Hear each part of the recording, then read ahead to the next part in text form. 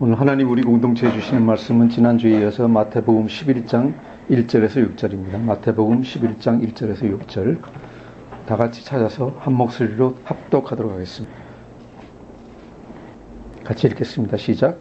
예수께서 12 제자에게 명하기를 마치시고 이에 그들의 여러 동네에서 가르치시며 전도하시려고 거기를 떠나가시니라.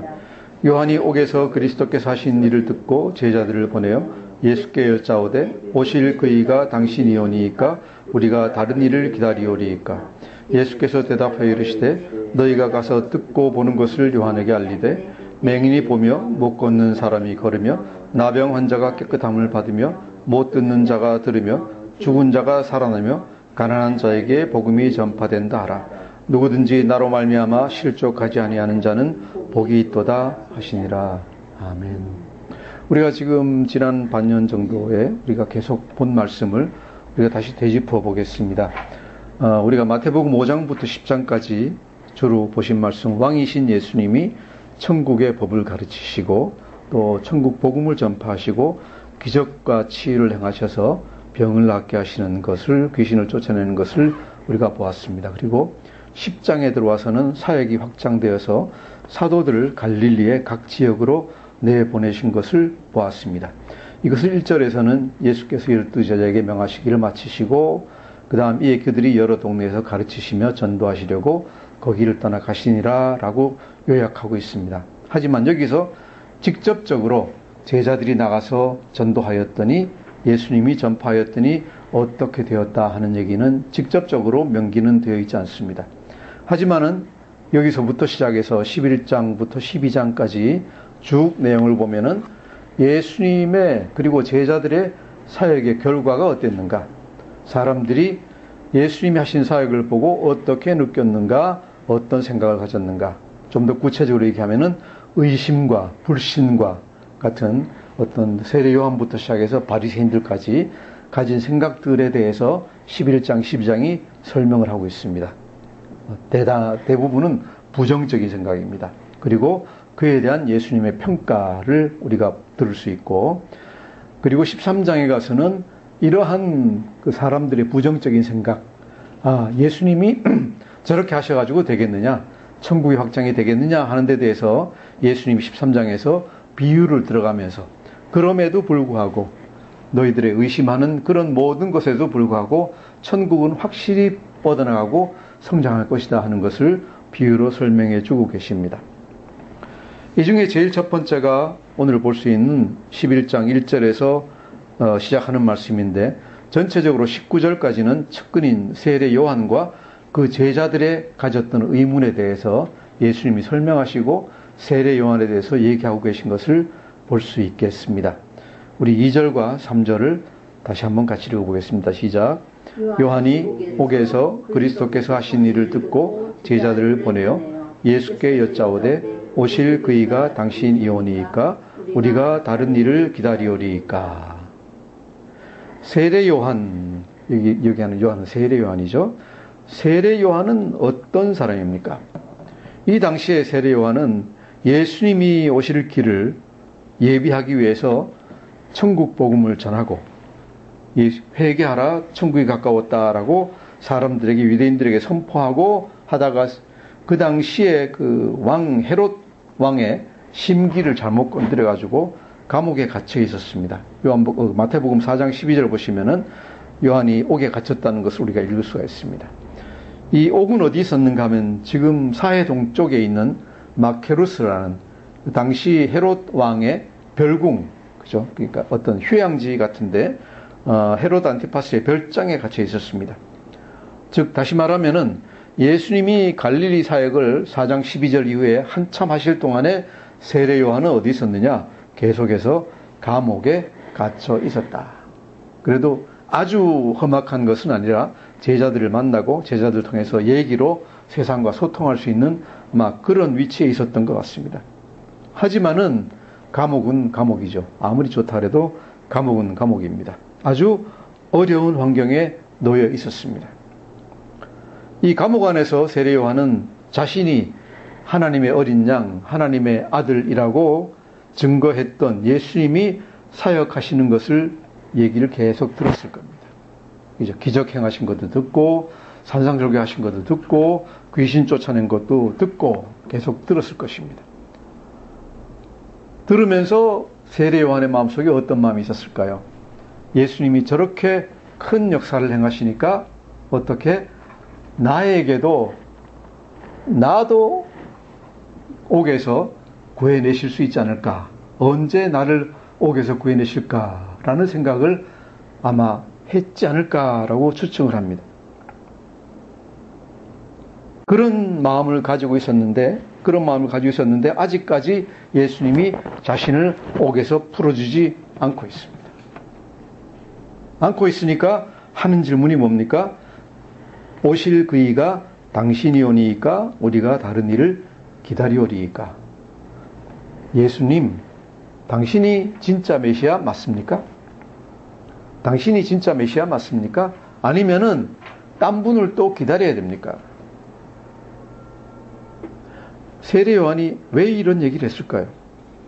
세례 요한 우리가 잘 아는 것 같이 예수님이 하나님의 아들이라고 스스로가 증언한 증인입니다. 예수님에 대해서 철석 같은 믿음을 가지고 있는 사람입니다. 요한복음 1장 29절 보면은 이렇습니다. 이튿날 요한이 예수께서 자기에게 나오심을 보고 이르되 보라 세상 죄를 지고 가는 하나님의 어린 양이로다 그랬습니다.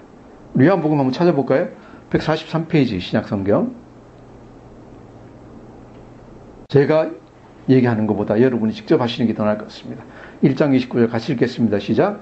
이튿날 요한이 예수께서 자기에게 나오심을 보고 이르되 보라 세상 죄를 지고 가는 하나님의 어린 양이로다. 세상 죄를 지고 가는 하나님의 어린 양, 구속주 메시아라는 걸 알고 있습니다. 32절에 34절 또 읽어보겠습니다. 시작. 요한이 또 증언하여 이르되 내가 보매 성령이 비둘기같이 하늘로부터 내려와서 그의 위에 머물렀더라. 나도 그를 알지 못하였으나 나를 보내어 물로 세례를 베풀라 하신 그이가 나에게 말씀하시되 성령이 내려서 누구 위에든지 머무는 것을 보거든 그가 곧 성령으로 세례를 베푸는 이인 줄 알라 하셨기에 내가 보고 그가 하나님의 아들이심을 증언하였느라 하니라. 아멘. 뭡니까? 미리 얘기를 들었습니다. 성령님한테 얘기를 들어서 어떤 얘기입니까? 세례를 주고 있는데 성령이 누군가에게 내려와서 머무는 것을 보면은 그 사람이, 그분이 곧 앞으로 성령으로 세례를 베풀 이심을 알아라 라는 얘기를 미리 들었습니다. 듣고 세례를 쭉 주고 있는데, 항상 생각을 가지고 주고 있는데 갑자기 나사렛에서 오신, 갈릴리에서 온 어떤 청년이 세례를 받는데 그 위에 와서 성령님이 비둘기같이 그 위에 임하시고 있는 거예요. 그래서 세례 요한은 예수님이 하나님의 아들이심을 말씀으로 들었고, 그죠? 말씀으로 들었고 증거를 갖다 봤습니다. 확실한 겁니다. 그래서 어떻게 했는가 하면은 35절 36절 같이 읽어볼까요? 시작. 또 이튿날 요한이 자기 제자 중 두 사람과 함께 섰다가 예수께서 거니심을 보고 말하되 보라 하나님의 어린 양이로다. 아멘. 하나님의 어린 양, 하나님이 이 세상을 위해서 보내주신 어린 양이다 라고 증거를 하고 제자들이 예수님 따라가도 말도 안 해요.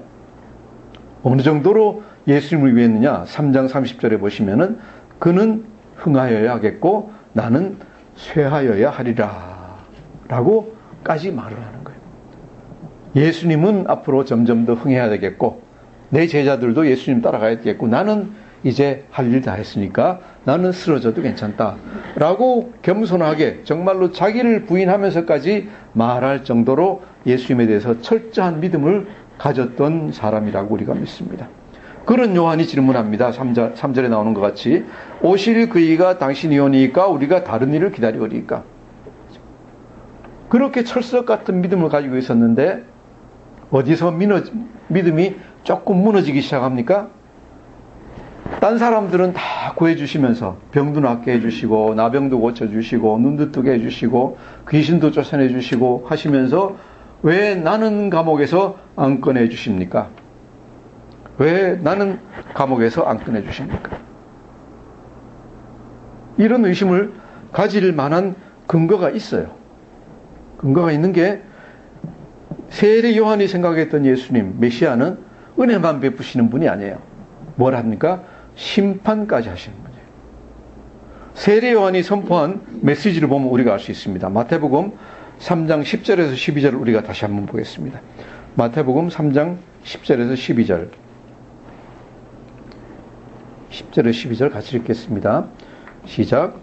이미 도끼가 나무 뿌리에 놓였으니 좋은 열매를 맺지 아니하는 나무마다 찍혀 불에 던져지리라.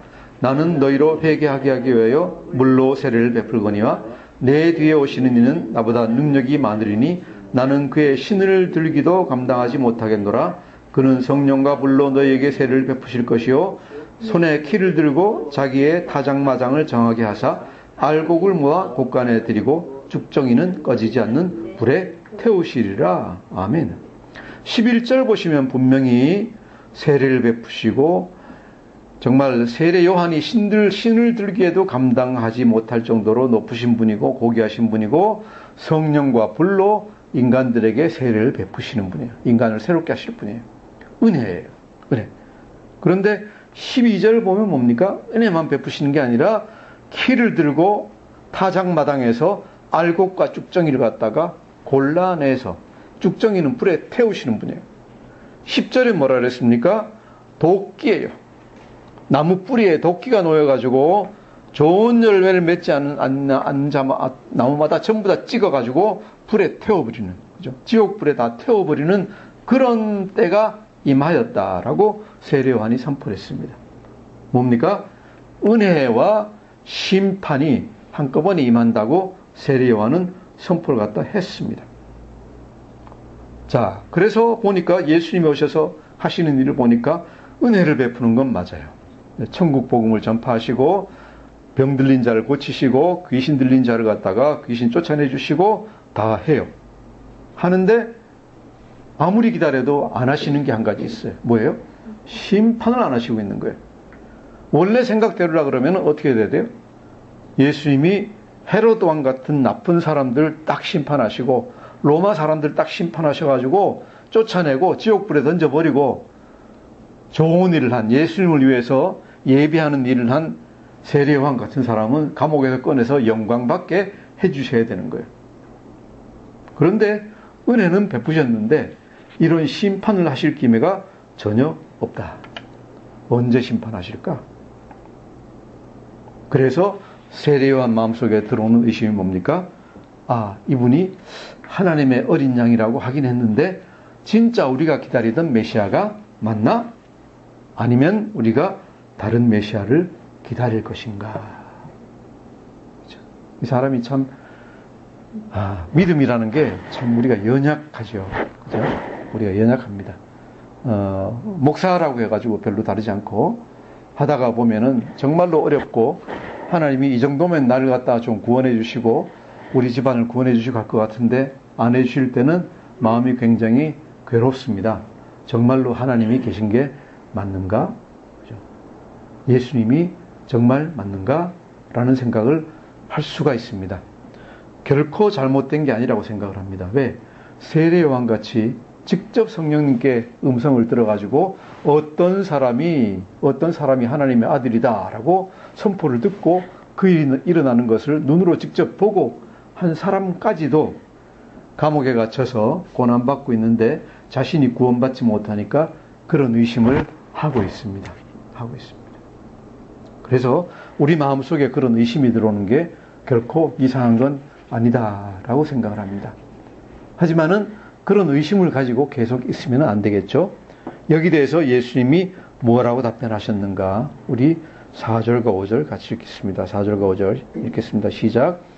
예수께서 대답하여 이르시되 너희가 가서 듣고 보는 것을 요한에게 알리되 맹인이 보며 못 걷는 사람이 걸으며 나병 환자가 깨끗함을 받으며 못 듣는 자가 들으며 죽은 자가 살아나며 가난한 자에게 복음이 전파한다 하라.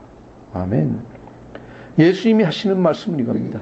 내 말로 하는 게 아니라 너희가 가서 요한에게 전해야 되는 것은 이것이다. 너희가 가서 보고 들은 것을 다시 한번 잘 얘기해라. 그리고 나서 부연 설명해 주는 5절은 뭔가 하면은 예수님 스스로 다 말씀하신 게 아니라 구약 성경의 말씀에 비추어서 얘기를 하고 계신 겁니다. 내가 하고 있는 일이 구약 성경에 비추어서 보면은 내가 어떤 존재라는 것을 내가 자연히 알게 될 것이다 라고 설명을 하시는 거죠. 자, 우리 구약 성경 한번 보겠습니다. 이사야서 35장 5절과 6절 한번 보겠습니다. 35장 5절에서 6절 1007페이지 구약 성경입니다.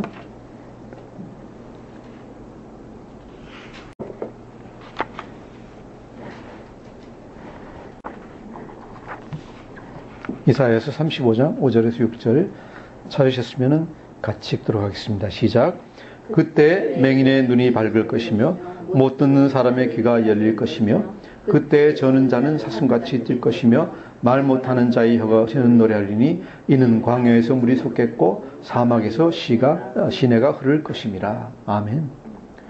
이런 일, 맹인의 눈이 밝을 것이며 못 듣는 사람의 귀가 열릴 것이며 저는 자가 사슴같이 뛰놀 것이며 말 못하는 자의 혀가 노래할 것이다 라고 했습니다.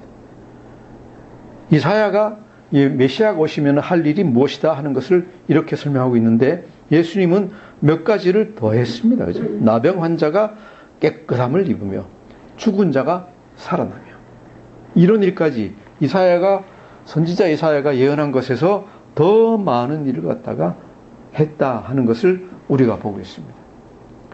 또한 우리가 한 군데 더 찾아보면은 61장 1절을 한번 찾아보겠습니다. 1042페이지 1절 61장 1절 읽겠습니다. 시작. 주 여호와의 영이 내게 내리셨으니 이는 여호와께서 내게 기름을 부으사 가난한 자에게 아름다운 소식을 전하게 하려 하심이라. 나를 보내사 마음이 상한 자를 고치시며 포로된 자에게 자유를 갇힌 자에게 노임을 선포하며. 아멘. 여호와께서 내게 기름을 부으사 가난한 자에게 아름다운 소식 복음을 전하게 하려 하심이라. 이 일도 예수님이 하셨다. 하지만은 예수님은 계속 얘기하신 게 누구든지 나로 말미암아 6절 한번 읽어보겠습니다. 11장 6절 같이 읽겠습니다. 시작. 누구든지 나로 말미암아 실족하지 아니하는 자는 복이 있도다 하시니라. 왜 이런 말씀을 하셨을까?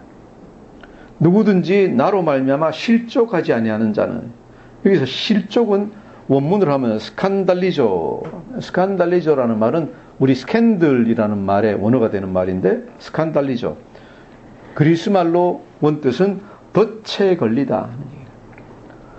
옛날 그리스의 덫은 뭔가 하면은 우리 요새 덫하고 비슷한데 마지막으로 오는 게 뭔가 하면 낫 같은, 쇠스랑 같은 낫 같은 게 촥 나와가지고 촥 베어버리는 겁니다. 그래서 덫에 걸린다라는 것은 거의 치명적으로 생명을 갖다 잃을 정도로 이렇게 걸리는 덫을 갖다 얘기하고 있습니다. 그래서 여기 우리말로 실족하지 아니하는, 실족은 그냥 엎어진다는 얘기인데 엎어지는 정도가 아니라 스텀블, 굴러서 엎어지는 정도가 아니라 덫에 걸려서 거의 생명을, 치명상을 입는 정도를 얘기하고 있습니다.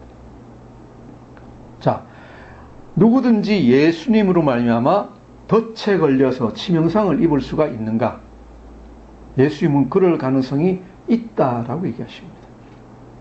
예수님을 보고 치명상을 입을 수가 있다. 잘못 생각하면은, 그리고 그렇게 치명상을 입지 않고 예수님을 제대로 이해하는 사람에게 복이 있다. 마태복음 5장 3절에 얘기하는 복이 있나니, 아주 큰 복이 있나니 라는 말씀하고 똑같은 말입니다. 자, 그러면은 왜 예수님을 보고 실족할 수도 있다라고 말씀하시나요? 이것은 구약 성경의 말씀에도 심판에 대한 얘기가 나오기 때문에 그렇습니다. 우리 61장, 아까 그 이사야서 35장 5, 6절 보셨는데 그 앞에 4절을 한번 보시겠습니다. 다시 구약 성경 1007페이지입니다. 이사야서 35장 4절을 한번 보시겠습니다. 4절 한번 읽어보겠습니다. 시작. 겁내는 자들에게 이르기를 굳세어라, 두려워하지 말아라. 보라, 너희 하나님이 오사 보복하시며 갚아주실 것이라. 하나님이 오사 너희를 구하시리라 하라. 아멘. 하나님이 오사 보복하시며 갚아주실 것이라. 보복하시며 갚아주실 것이다 라고 선포가 되어 있습니다. 61장 1절 다음에도 그런 말씀이 또 붙어 있습니다. 61장 1절 뒤에 61장 2절을 한번 보시겠습니다. 1042페이지 61장 2절 같이 읽겠습니다. 시작. 여호와의 은혜의 해와 우리 하나님의 보복의 날을 선포하여 모든 슬픈 자를 위로하되. 아멘. 여호와의 은혜의 해와 우리 하나님의 보복의 날을 선포하여 모든 슬픈 자를 위로하되. 그랬습니다.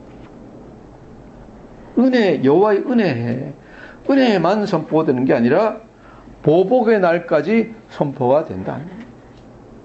그래서 하나님의 메시지에는, 이사야서의 메시지에는 은혜도 있지만은 보복도 들어있다. 믿지 않은 자에게 대한 보복이 들어있다. 그래서 성경을 까딱 잘못 해석하면은 메시아께서 오시면은, 예수님께서 오시면은, 그리스도께서 오시면은 은혜만 베푸시는 게 아니라 당장 그 자리에서 모든 자를 심판하시고 보복하시고 하는 이런 일까지 다 일어난다라고 얘기를 갖다가 잘못 해석할 수가 있습니다. 그래서 예수님이 오셨으니까, 그리스도께서 오셨으니까 은혜만이 아니라 심판까지 일어나야 되는데 심판이 없으니까 이분이 그리스도가 아니구나 라고 생각하는 덫에 잘못하면은 걸릴 수가 있다 하는 얘기입니다. 우리가 그런 덫에 걸리지 말아야 됩니다. 그리고 그 후에 예수님께서 뭐라고 선포하십니까? 심판은 언제 옵니까? 심판은 예수님이 두 번째 오시는 때, 마지막 날에 심판이 행해집니다. 그래서 구약 성경에 나온 예수님의 사역, 메시아의 오심은 은혜와 심판이 다 한꺼번에 묶여져 있는데, 신약 성경에서 보시면은 예수님의 초림, 처음 오심은 구원하심을 위해서 오시는 것이고, 은혜를 베푸시기 위해서 오시는 것이고, 심판하시는 것은 두 번째 오실 때 일어납니다. 하지만은 분명히 기억해야 되는 것은 은혜를 선포했다고 해서 심판이 일어나지 않았다고 해서 심판이 없는 것이 결코 아니다. 꼭 심판이 있을 것이다 라는 것을 우리가 알아야 됩니다. 우리가 예수님이 첫 번째 오셔서 우리를 구원하시고 우리에게 은혜를 베푸셨다는 것을 믿으면은 두 번째 오셔서 우리를 심판하신다는 것도 우리가 믿어야 하겠습니다. 이것이 예수님이 요한에게 하시는 말씀입니다. 요한이 왜 아직까지 심판이 없습니까? 라고 얘기할 때 예수님이 하시는 말씀은 심판은 나중에 온다 라고 얘기를 하고 계십니다. 자, 우리가 오늘 이 말씀들에서 몇 가지 교훈을 얻을 수가 있겠습니다. 첫 번째 교훈은 무엇입니까? 예수님 같이 아무리 좋은 뜻으로 좋은 일을 해도 인간은 각자 입장에서 잘못 받아들일 수가 있습니다. 예수님이 하신 게 나쁜 일이 뭐 있습니까? 사람들에게 은혜 주시고 고쳐주시고 천국 복음 전파하시고 다 했는데, 세례 요한 경우만 하더라도 내가 감옥에 갇혀 있으니까, 감옥에 갇혀 있는데 하실 거면 나까지 구해 주셔야지 왜 안 하시고 하는 것 같이 잘못 받아들일 수가 있다. 저분 아닌 거 아니야? 라는 생각까지 할 수 있다. 그래서 우리 사역하는 사람들 또는 베푸는 입장에 있는 사람들은 그냥 하나님의 사랑에 따라서, 하나님 주신 사랑에 따라서 그냥 사역하고 베풀면 되는 것이지, 그것을 사람들이 이해 못한다고 해서 저 사람들 왜 저래? 그죠? 하고 섭섭하거나 원망해할 필요가 전혀 없습니다. 그러면은 안 됩니다. 예수님이 그러지 않으셨습니다. 그래서 예수님 같은 분도 의심과 불신을 당했습니다. 누구에게? 가장 자신을 잘 이해한다고 생각하는 세례 요한까지도 당신이 그분입니까? 아니면은 딴 분 우리가 기다릴까요? 들으면 얼마나 참 기가 찰까요? 그죠? 이런 얘기까지 들으셨어요. 예수님까지도. 그러니까 우리가 오해받는다고 하더라도, 우리가 인정받지 못한다 하더라도 특별하게 우리가 무슨 부당한 대접받고 있는 거 아닙니다. 그냥 당연하게 생각하고, 그렇군. 나도 예수님 제자니까 제자가 선생보다 못하지. 예수님도 그렇게 부당한 대우를 받으셨는데 나도 부당한 대우를 받는 거 보니까 예수님하고 비슷한, 예수님 따라서 일을 잘하고 있는 것 같네. 사람들한테 환영받으면은 그게 도리어 이상한 거구나 라고 생각할 수 있겠습니다. 자, 그리고 듣는 사람 입장 또는 받는 사람 입장에서는 좀 더 참을성을 가지고 좀 더 잘 이해하기 위해서 노력해야 될 것이다. 참을성을 가지고. 세례 요한 같은 분이 예수님 같은 분도 의심했습니다. 그죠? 절대로 의심받지 말아야 될 분이 의심을 받았습니다. 또 사람들이 의심을 했습니다. 그래서 나에게서 누구에 대한 의심이 생길 때 우리가 꼭 해야 되는 것은 세례 요한이 예수님 의심한 것 같이 나도 저 사람 잘못 의심하고 있는 것 아닌가? 라고 다시 한번 신중하게 생각해 볼 일입니다. 두 번째로 우리가 받아야 되는 경우는 이런 것 같습니다. 특별히 우리가 어려운 환경에 놓여 있을 때 참 주의해야 된다. 어려운 환경에 놓여 있을 때 참 주의해야 된다. 내가 참 반석같이 굳은 믿음을 가지고 있다고 아무리 확신하고 있더라도 어려운 환경에 처해 있을 때는 내가 잘못 나갈 수가 있다라는 것을 우리가 생각해야 되겠습니다. 그래서 어려운 환경에 있을 때 내가 잘못 생각하는 것 거기에 기대면 안 됩니다. 세례 요한 같이 아까 봤지만은 예수님이 하나님의 아들이라는 것을 계시를 통해서 방법을 알고 직접 목격해가지고 그분이 하나님의 어린 양, 하나님의 아들이라는 것을 확실하게 알았던 사람도 감옥에 갇혀서 고난을 받으니까 자기 자신이 구원함을 받지 못하니까 예수님을 갖다가 의심했습니다. 우리가 실망하거나 낙담할 때, 어려운 처지에 있을 때 그렇게 의심할 수 있습니다. 하나님이 나에게 이 사역을 하라고 하셨는데 이게 맞는가 틀리는가? 맞는가 틀리는가? 교회의 성도가 몇 명 없고 계속해서 늘어나지도 않는데 이게 정말로 내가 교회에 계속 하라는 얘기야? 말아야 되는 얘기야? 이런 것들을 의심할 필요가 없다 하는 얘기. 왜? 하나님이 나에게 이 일을 시키셨으면은 언젠가 어느 때인가 하나님이 나에게 그 역할을 감당할 수 있는 그런 힘을 주시고 기회를 주신다는 것을 믿어야 되겠습니다. 우리 일본의 어떤 목사님이 목회를 하는데 항상 시골에서 목회를 하는데 항상 앞에 있는 성도가 누군가 하면 사모님 한 분밖에 없어요. 사모님 한 분밖에 없어요. 그래서 몇 년을 그러고 있는데 몇 년 지나서 성도가 한 사람 왔어요. 성도가 한 사람 와서 기뻐서 그 성도에게 참 열정을 다해서 설교하고 가르치고 했더니 그리고 나서 성도가 열정을 다해서 가르치고 설교했으면 더 많이 늘어야 되는데 더 늘지도 안 하고 그냥 결국은 사모님 한 분하고 성도 한 명하고 앞에 놓고 계속해서 목회를 갖다 한 거예요. 했는데 하나님이 그 목사님을 쓰셔서 그 한 명의 성도가 나중에 일본 교회를 크게 부흥시키는 교회 리더가 됐다는 얘기예요. 그 목사님이 사역을 안 하셨으면은 그 성도가 그런 리더를 갖다 길러낼 찬스가 없었다. 그래서 우리는 하나님이 우리에게 사역자들에게 몇 명을 보내주시든 간에 상관하지 않고 우리의 힘을 다해서 열심히 사역해야 된다 하는 것을 우리가 볼 수 있습니다. 성도님들도 하나님이 나에게 베풀어 주시지 않을 때, 응답이 오지 않을 때도 실망하지 말고 계속해서 끈기를 가지고 살아가야 된다. 우리 모든 사람이 성도님들이 일생 동안 살아가면서 보면은 여러 가지 문제가 생길 겁니다. 당연히 생깁니다. 문제가 없는 때가 이상한 때입니다. 그렇죠? 불교에서는 인생을 고해라고 부르잖아요. 고통의 바다라고 부릅니다. 우리 일생을 살아가는 것이 고통의 바다 속을 헤엄쳐가는 것하고 똑같다. 그래서 나 혼자서 고통받고 있는 게 아니라 모든 인간들이 전부 다 고통받으면서 살아가고 있습니다. 그런데 그 고통에서 벗어나기 위해서 우리는 종교를 믿습니다. 종교를 믿으면서 어떤 종교를 믿으면은 그 종교의 신이 나를 구해줄 것으로, 내 문제를 해결해 줄 것으로 생각을 합니다. 그 생각에 빠져 있다 보니까 우리가 잘 빠지는 것이 기복이나 아니면 어떤 기적적인 것을 많이 체험하는 그런 쪽으로 많이 빠집니다. 왜? 내가 믿으니까. 믿으면은 내 문제를 해결해 주시겠지. 내 문제를 해결해 주시지 않으면은 저게 진짠가 가짠가 하는 불신앙에 빠질 수가 있습니다. 그래서 어떻게 보면은 우리는 하나님을 믿으면서 내 마음 안에 우상을 갖다가 만들어 나가요. 어떤 우상입니까? 하나님은 내 문제를 해결해 주셔야 된다. 특별히 내가 헌금 잘하고 교회 출석 잘하고 기도 열심히 하고 하면은 하나님은 당연히 내 문제를 풀어주셔야 된다. 그리고 내 문제를 풀어주시지 않으면은 하나님은 안 계실 수도 있다. 엉터리일 수도 있다라고 생각을 하고 있습니다.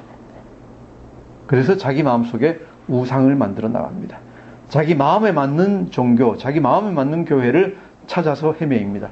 하지만은 중요한 것은 여러분 이겁니다. 정말로 하나님이 계시는가?